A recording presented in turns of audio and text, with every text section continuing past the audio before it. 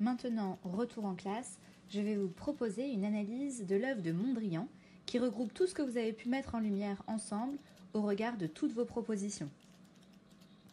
Je commence par identifier l'œuvre. Je suis face à une photographie.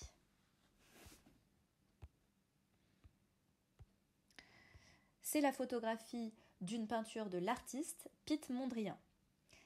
Elle est présentée sur un mur et sans cadre sur la photo que je vous ai envoyée. Sur celle-ci, on ne voit pas la présence du mur.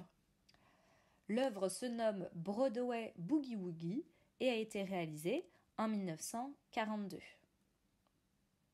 Je continue ensuite avec la description de l'œuvre. L'œuvre a un format carré et est en 2 dimensions. Le fond de la toile est blanc et par-dessus, j'ai un ensemble de lignes qui correspond aux couleurs primaires, rouge, jaune et bleu, auxquelles on a ajouté du gris. Je ne peux pas identifier une source de lumière car il n'y a pas d'ombre sur l'œuvre. Les lignes sont horizontales et verticales et semblent disposées de façon aléatoire.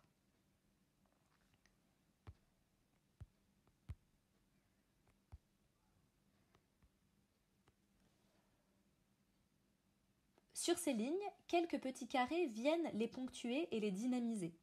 Par endroits, il y a des rectangles colorés qui viennent faire le lien entre les lignes.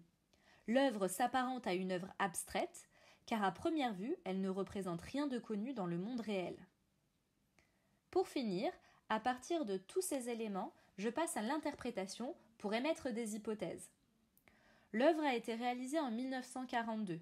Nous sommes dans la période où a lieu en Europe la Seconde Guerre mondiale. Le titre de l'œuvre fait référence à Broadway, un quartier de New York animé la nuit et connu pour ses comédies musicales et ses clubs de musique. Le boogie-woogie est en effet une danse associée à la musique jazz qui est très populaire à l'époque.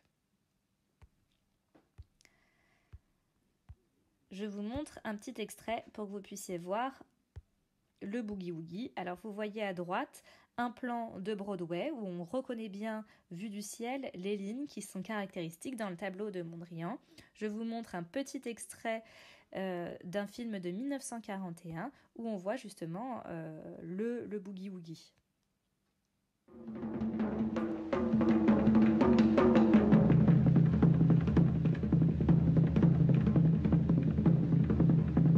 Hey, Pop, keep that beat a beat. I feel a rhythmic brainstorm coming on. 1, 2, keep that rhythm heating. One more riff like that, and I'll be gone. Oh, man, don't stop now, we're jumping. Keep everything flowing now. This thing might turn into something. I ain't mistaken, here comes something now.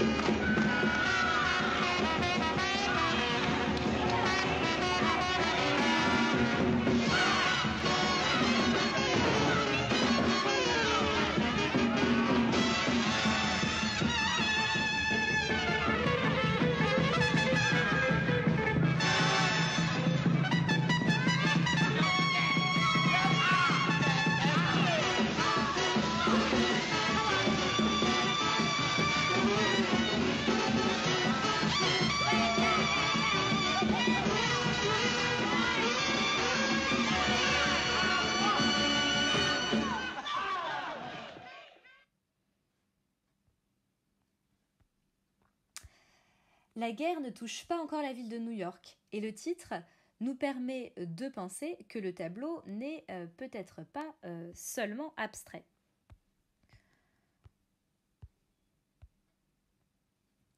La présence du jaune pourrait faire référence aux lumières le soir qui illuminent le quartier de Broadway. Le travail de Piet Mondrian s'est distingué à l'époque par un côté minimaliste, où les formes géométriques semblent avoir pris le dessus sur la figuration. Avec cette œuvre, nous avons la sensation d'être au croisement entre la figuration et l'abstraction. La figuration avec cette idée de représentation d'un plan du quartier de Broadway et de la ville de New York, et l'abstraction avec ses formes géométriques, ses couleurs primaires, très éloignées de ce qu'on pourrait voir dans le monde réel pour représenter une ville.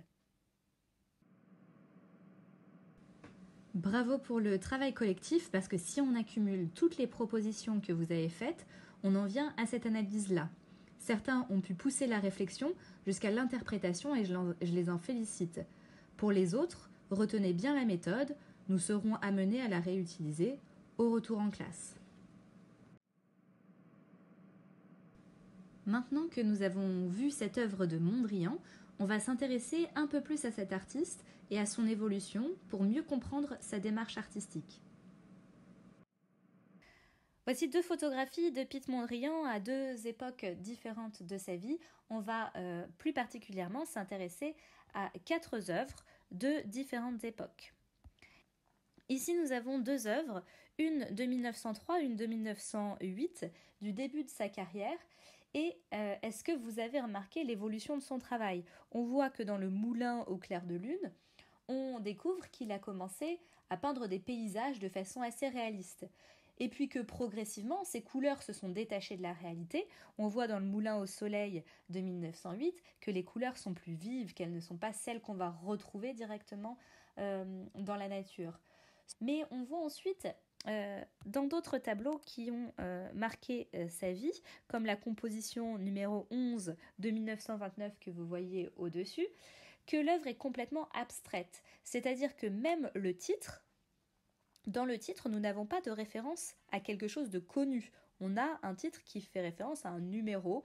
Donc là, on est vraiment dans un aspect abstrait minimal où on voit seulement les couleurs primaires, des lignes noires, du blanc et les 3 couleurs primaires qui viennent renforcer le côté abstrait de l'œuvre. Piet Mondrian est décédé en 1944. Le tableau New York City que vous voyez en dessous ressemble davantage à celui que nous avons étudié, mais il reste quand même une œuvre abstraite. On voit que vers la fin de sa vie, il revient un peu vers la figuration de par ses titres, où il va rajouter des éléments qui pourront éventuellement associer l'œuvre abstraite à un sens figuratif, notamment en faisant référence à des plans de ville. Son aspect minimal semble être le résultat d'un long processus qui s'est étalé tout au long de sa vie. On pourrait croire que son œuvre s'est arrêtée avec sa mort en 1944, et pourtant son œuvre a continué de vivre parce qu'elle a inspiré plusieurs artistes après lui, jusqu'à aujourd'hui encore, où les œuvres de Mondrian restent très célèbres dans la culture populaire. On va regarder notamment les œuvres qui sont présentées ici. On va regarder tout d'abord la chaise de Gerrit Rietveld, qui est un monument de l'histoire du design. On voit dans les formes de cette chaise toujours les lignes horizontales et verticales de Mondrian. Vous retrouvez les 3 couleurs primaires, le jaune, le rouge et le bleu, qui proviennent des œuvres et des tableaux de Mondrian. Gerrit Rietveld était un designer d'objets, mais également un architecte qui a réalisé cette maison où on retrouve encore une fois les codes du tableau de Mondrian, les lignes horizontales et verticales, les couleurs primaires. Là, on voit qu'il y a ajouté également du gris. Enfin, un grand designer, un grand styliste, Yves Saint Laurent, a aussi été très inspiré par le travail de Mondrian et a créé sa célèbre robe Mondrian. Elle a été mondialement célèbre et fait partie de l'histoire de la mode et est restée à marquer la culture populaire. Et puis finalement, Mondrian vous a aussi inspiré, vous, avec les différentes propositions originales et singulières que vous avez pu nous présenter. Sauriez-vous identifier combien d'éléments de l'œuvre vous avez pris en compte dans votre travail? Le cours d'aujourd'hui est terminé. J'espère que maintenant vous en savez plus sur la méthode pour analyser une œuvre. Elle peut également être utile pour votre brevet face à un document artistique en histoire-géographie par exemple. Nous avons également découvert une partie de la carrière artistique de Piet Mondrian et l'influence qu'il a eue sur le monde de l'art et particulièrement des arts appliqués.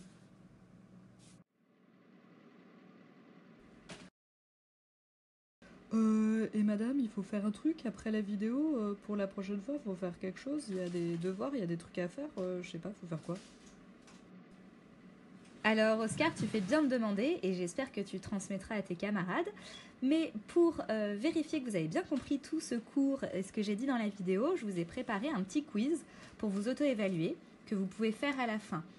Vous pouvez également revenir en arrière pour réécouter un point en particulier qui n'était pas assez clair. Ah, ok, merci madame.